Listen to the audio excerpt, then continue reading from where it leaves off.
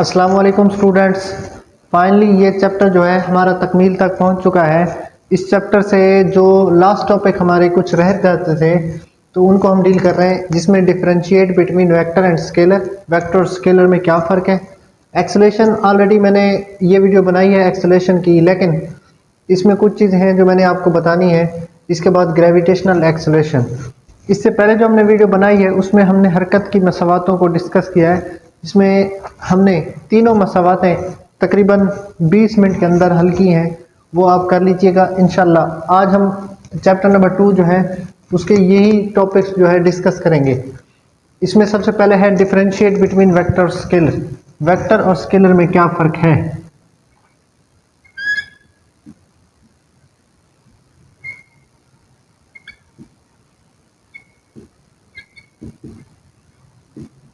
अब सबसे पहले हम इनको डिफरेंशिएट करते हैं। Scalar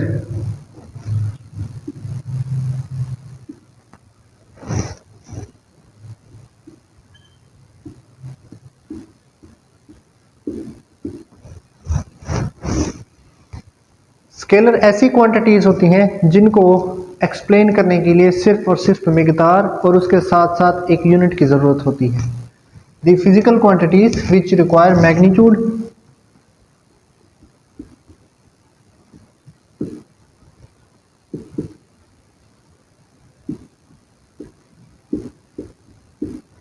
the physical quantity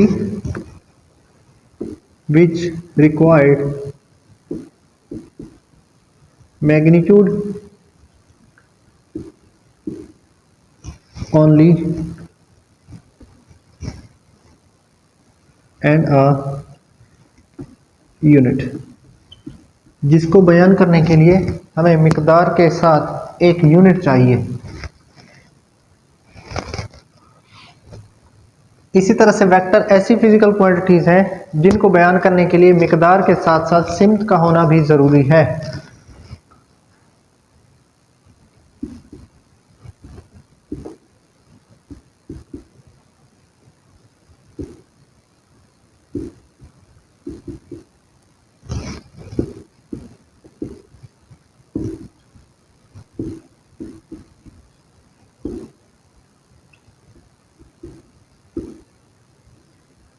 As well as direction.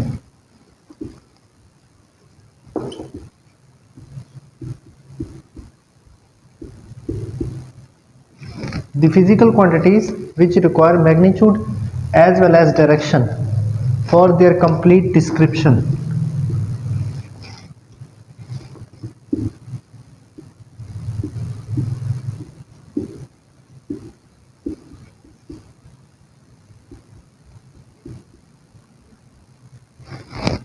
अब इनकी एग्जाम्पल को डिस्कस करेंगे। स्केलर की जो एग्जाम्पल है वो जैसे मास स्केलर क्वांटिटी है, लेंथ, टाइम, स्पीड, इसके साथ वर्क, एनर्जी, पावर, ये सारी स्केलर क्वांटिटी हैं। इसके अलावा बाकी भी हैं, इनको बयान करने के लिए सिर्फ और सिर्फ मिकदार और इसके साथ साथ सिमत। फॉर एग्जांपल, अगर हम किसी चीज़ के मास की बात करते हैं, जैसे हम बाज़ार में जाते हैं कोई चीज़ लेने के लिए, माल्टे लेने जाते हैं, तो हम कहते हैं कि 5 किलोग्राम माल्टे। तो हमें सिर्फ क्वांटिटी का पता चल गया, कितना, 5 किलोग्राम। ये किलोग्राम इसका यूनिट है, 5 मिकदार है और किलोग्राम, हमें मुकम्मल इंफॉर्मेशन मिल जाती है। हमें इसके अलावा किसी और चीज़ की ज़रूरत नहीं है इसको डिफ़ाइन करने के लिए। इसी तरह से लेंथ जो है वो हम सिंपली कह देते हैं कि 5 सेंटीमीटर, 10 सेंटीमीटर, 20 सेंटीमीटर, या अगर बड़ी लेंथ की बात करें तो 1 किलोमीटर, 2 किलोमीटर, हमें मुकम्मल इंफॉर्मेशन मिल जाती है क्योंकि लेंथ है। तो इसके साथ कोई भी, जैसे 10 किलोमीटर या 10 मीटर कह सकते हैं, तो ये मिकदार और इसके साथ साथ ये यूनिट, मिकदार के साथ यूनिट को बता दें, ये हमें मुकम्मल तौर पर समझ में आ जाती हैं। इसी तरह से टाइम, टाइम के साथ हम सेकंड लगाते हैं और इसका यूनिट जो है वो सेकंड, जैसे हम कहें 15 सेकंड, 10 सेकंड, कुछ भी, तो टाइम बताने के साथ उसका यूनिट बताते हैं तो हमें मुकम्मल इंफॉर्मेशन मिल जाती है। इसी तरह से स्पीड, वर्क, एनर्जी और पावर, ये ऐसी क्वांटिटीज़ हैं जिनको मिकदार के साथ एक्सप्लेन किया जाता है। अब उसके बाद जो है वेक्टर क्वांटिटीज़ हैं। वेक्टर क्वांटिटीज़ को मिकदार के साथ साथ डायरेक्शन की भी ज़रूरत पड़ती है। जैसे मिसाल के तौर पर वेलोसिटी, इसके अलावा एक्सेलरेशन,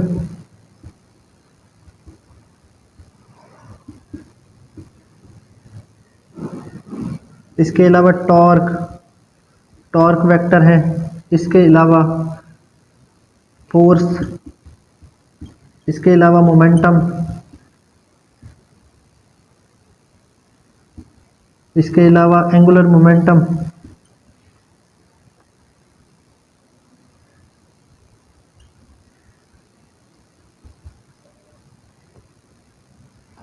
ये सारी वेक्टर क्वांटिटीज़ हैं।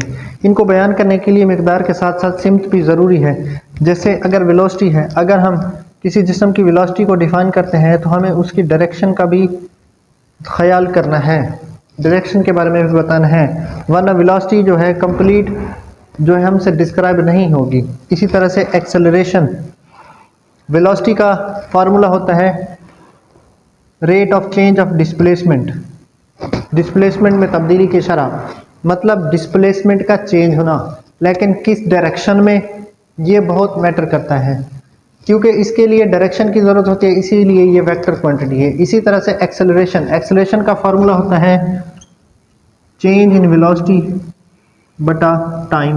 तो time rate of change of velocity is called acceleration.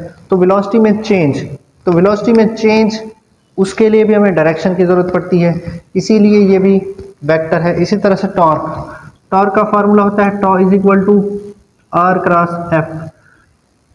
तो इसमें टॉर्क की डायरेक्शन जो है वो हम देखते हैं फोर्स की डायरेक्शन में, क्योंकि फोर्स भी वेक्टर क्वांटिटी है।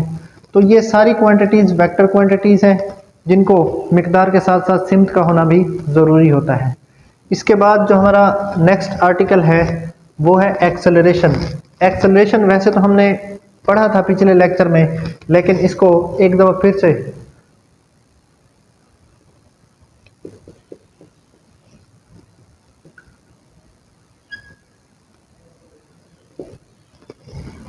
एक्सेलरेशन हमने डिफाइन किया है the time rate of change of velocity.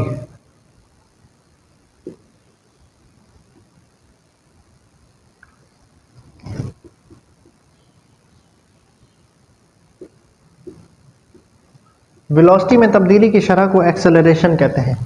जैसे इसका अगर फार्मूला लिखें, एक्सेलरेशन बराबर होता है चेंज इन वेलोसिटी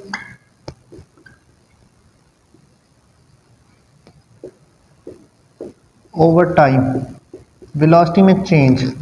तो एक्सेलरेशन को ए से रिप्रेजेंट करते हैं। वेलोसिटी में चेंज निकालने के लिए हम फाइनल वेलोसिटी को माइनस करते हैं इनिशियल वेलोसिटी के साथ।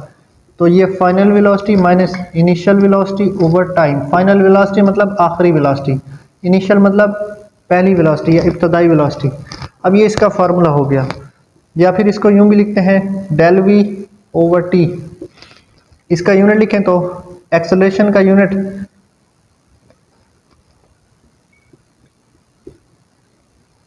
वेलोसिटी का यूनिट है मीटर फी सेकंड, टाइम का सेकंड, तो ये यूनिट बन जाएगा मीटर फी सेकंड स्क्वायर, क्योंकि ये सेकंड ऊपर जाएगा पावर -1 हो जाएगी और पावर 2 -1 में ऐड होकर -2 हो जाएंगी। इसके बाद जो एक्सेलरेशन है वो दो तरह का हो सकता है, जिसमें एक पॉजिटिव एक्सेलरेशन और एक नेगेटिव एक्सेलरेशन है। जब किसी जिस्म की वेलोसिटी इंक्रीज हो रही हो तो उस वक्त एक्सेलरेशन पॉजिटिव एक्सेलरेशन होता है, पॉजिटिव एक्सेलरेशन।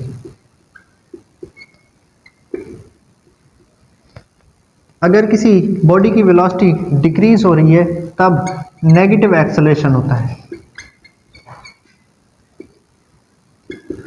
और नेगेटिव एक्सेलरेशन को हम एक और नाम देते हैं, वो नाम है डीसेलरेशन। डिसेलरेशन या retardation.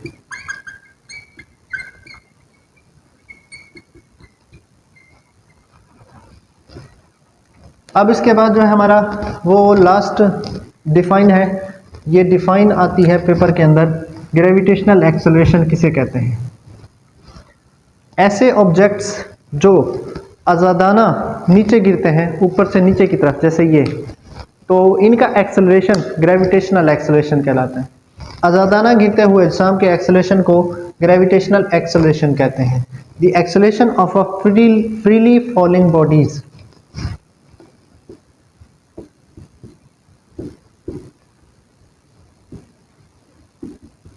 the acceleration of freely falling bodies is called gravitational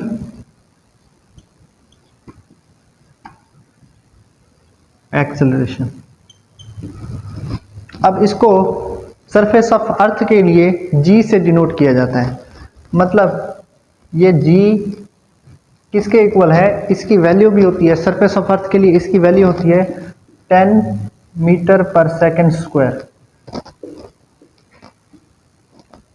अब सवाल ये पैदा होता है कि ये वैल्यू कैसे है कि अगर किसी जिस्म का एक्सेलरेशन ऊपर से नीचे की तरफ फेंके गए जिस्म के लिए हो तो उसको हम पॉजिटिव एक्सेलरेशन कहते हैं, इसको पॉजिटिव लेंगे।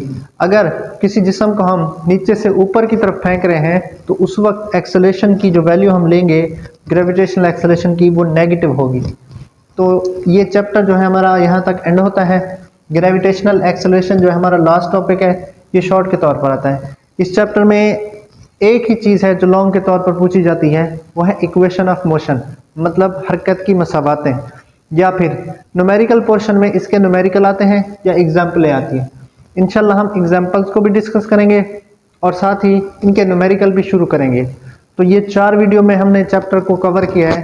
इंशाल्लाह इसको आपने खूब देखना है क्योंकि बहुत ही अहम चैप्टर है। तो अगली वीडियो में मिलेंगे इंशाल्लाह तीसरे चैप्टर के साथ।